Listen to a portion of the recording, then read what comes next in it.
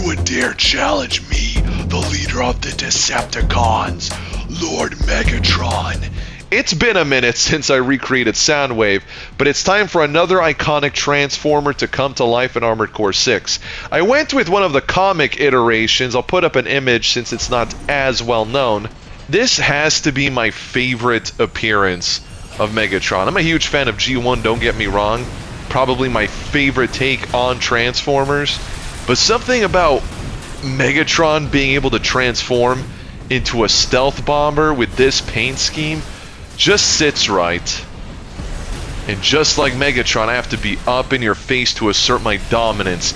It is the true Decepticon way. You will not overpower me. I'm having too much fun with these kinds of builds. Between the voice impressions and going all out in the same playstyle, I mean, Megatron's all about pure aggression, so I can get behind that. Post down in the comments, what is your favorite Transformers series or movie? And let me know, too, if you want to see the Transformers build I had made prior to this one, because I have a video ready for it. The only issue is there's no commentary, because when I recorded, I was very sick. My voice was gone at the time. However, I can do post-commentary, so if you're up for that, let me know. There are some good matches in there, and the build itself is... I'm not going to spoil what it is, but it is a very cool one. I think everyone would like it. Oh, I got a little bit too patient there. Could have went easily for game. Oh, you managed to dodge the Sawa. Nice. Are they going to pull off the comeback?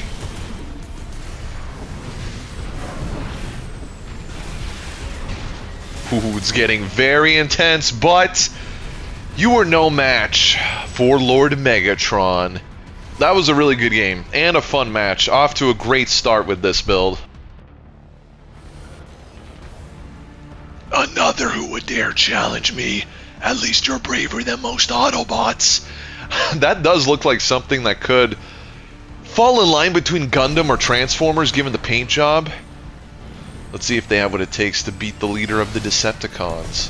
One thing I like about this build is you might have noticed that I can go in for either kicks, into Blade, into Karasawa, and you just do so much damage. It's an excellent combo, and it's a surefire way to land the fully charged Karasawa attack. Not to mention the missiles for the ranged pressure. As I was saying, this thing is a monster.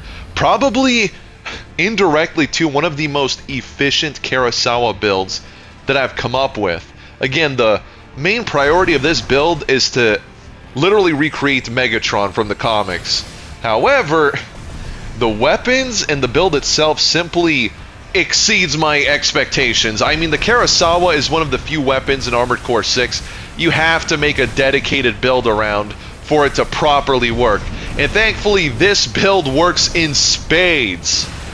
Case in point, you can only keep your distance for so long before the Karasawa says hi. Hate to break it to you. Let me say hi again. Oh, okay, the armored.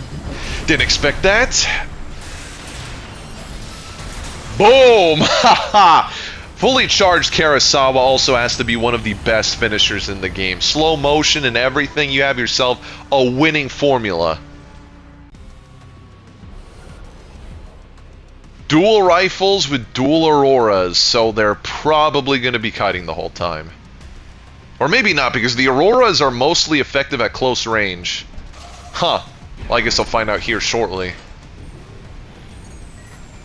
If they do get in close, it's going to be a lot easier for me to stun them. Yup, they are getting in close. Now they're backpedaling. So you're doing a combination, but little did you know the Karasawa wanted to greet you in person, so there it is. I have to find the sweet spot where their auroras can't hit me. It's a little bit tricky. Okay, so we're just playing the long game here. I see. That's fine by me. Let's go. Kick. For round one, this is so much fun, seriously. I love all the Kurosawa builds I've done on the channel, but this just has so much synergy, and it feels so good knowing you're going to hit with a fully charged Kurosawa, because one of the most heartbreaking things in this game is charging it up and watching it whiff, and then you have to wait that much longer to go in for a second attack.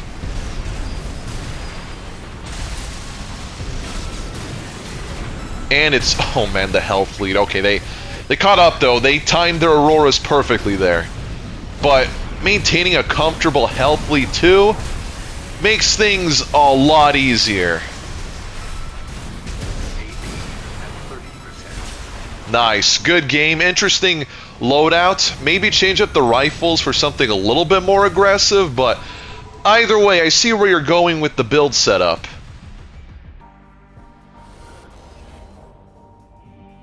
Okay, now this is definitely a kite with those weapons. The laser variation, at least. Because they're a lightweight, though, it's not going to take a lot of hits from the Kurosawa to absolutely destroy them.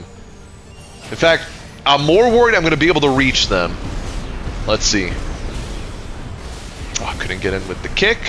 So, Pulse Blade, maybe? No.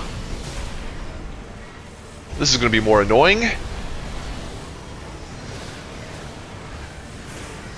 Oh, and the drones are going to be applying extra pressure. Oh, I just need to stun you once. Either a kick or the Pulse Blade into Kurosawa. Now, I can do the smart thing and back away and simply let it go to time. But that's not how I roll. That's not how Megatron rolls either, as it's been established. Oh, okay. It probably would have been the better approach, though. See, maybe if I was playing as Optimus Prime, I would have done that. It would have been more in character, but as Megatron, he would never back down, so I simply had to go into character there, and that's my excuse, so I'm sticking with it. Yeah, so the main concern here is their spacing. Completely makes my build's playstyle more annoying, but I will take the blind Kurosawa landing. Definitely helps. Hold these drones. It is crazy trying to avoid them.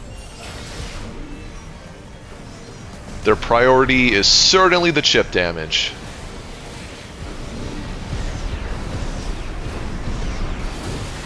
Oh. Okay, they were close enough that the Kurosawa was going to hit, but I did not have a follow-up for a punish. Unfortunate, but still, they're so low, I can definitely get them. There we go. That's exactly what I needed. Also glad why I settled on the plasma missiles on this build. Because with, again, my weapon choices and everything was to fall in line with Megatron's character. So with his stealth bomber having access to Cybertronian missiles, I mean the plasma missiles were literally screaming to be used here. It is perfect for dealing with these more passive loadouts like kites. Okay, they challenged me that time. That's interesting. Definitely cost you getting hit by the Kurosawa, though.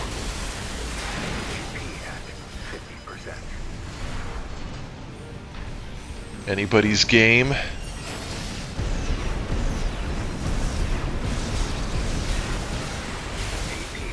Oh, no.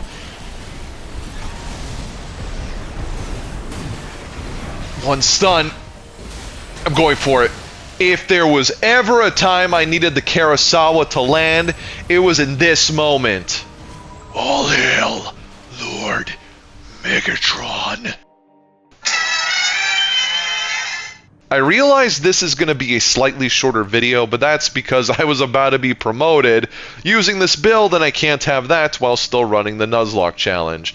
Now, when it comes to the build breakdown, the frame parts I wanted to match Megatron's appearance. However, the core in particular, I wanted something that looked like it can transform into some kind of an aircraft, in this case, the stealth bomber. Weapon choices, I had a tough time mostly on the last slot, which I settled with the laser orbit because you might recognize it as Laserbeak from my Soundwave recreation, and I figured, what better way to fill that slot than with another Decepticon If you enjoyed this, please be sure to like the video, leave a comment, and subscribe so you don't miss the next one. Till next time, take care.